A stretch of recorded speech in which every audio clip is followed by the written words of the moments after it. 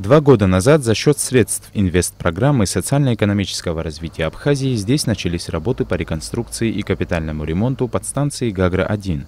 Премьер-министр Абхазии Валерий Бганба и помощник президента Российской Федерации Владислав Сурков посетили подстанцию. Генеральный директор РУП «Черноморэнерго» Аслан Басария рассказал о комплексе работ, которые были проведены на подстанции. Подстанция питает всю центральную часть города Гагра. Ее мощность до начала реконструкции составляла 20 мегаватт, после увеличилась в 2,5 раза.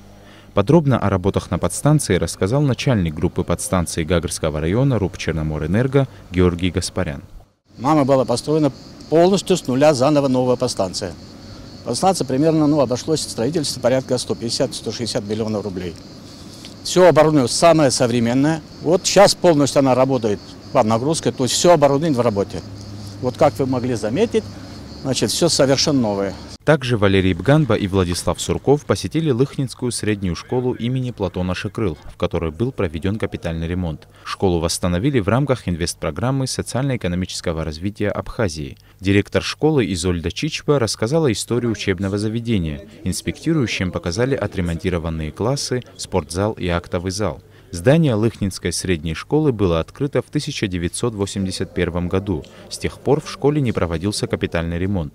После Отечественной войны народа Абхазии здание пришло в негодное состояние. Работы по восстановлению здания школы начались в 2017 году. На ремонт объекта было выделено более 113 миллионов рублей. По словам генерального подрядчика строительной фирмы, все работы были выполнены в срок. Нами здесь была проведена очень большая работа. Она в плачевном состоянии была в прошлом. В данный момент все как бы сделано в соответствии всем существующим стандартам. Все виды работы выполнялись нашими людьми честно, добросовестно и качественно. Результат очевиден. Перед нами прекрасная, хорошая школа со всеми удобствами, которые раньше отсутствовала. Учебный процесс в Лыхнинской средней школе возобновится 1 сентября. Сейчас в школе обучается до 100 детей. Школа рассчитана на 800 детей. Конечно, ждали этого момента, когда завершится ремонт, уже идет почти к завершению. Классы у нас большие, просторные, тем более светлые и чисто, красиво.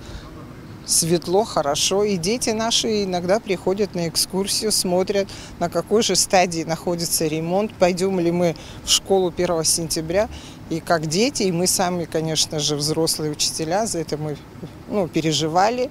Так что за нами только стоит дело торжественно, красиво открыть, устроить праздник для детей 1 сентября и прийти в красивую, отремонтированную школу. После осмотра школы Валерий Бганба и Владислав Сурков встретились с иереем Виссарионом Аплия, который рассказал о значимости Лыхнашта в истории абхазского народа. Они также посетили храм Успения Божией Матери X-XI веков.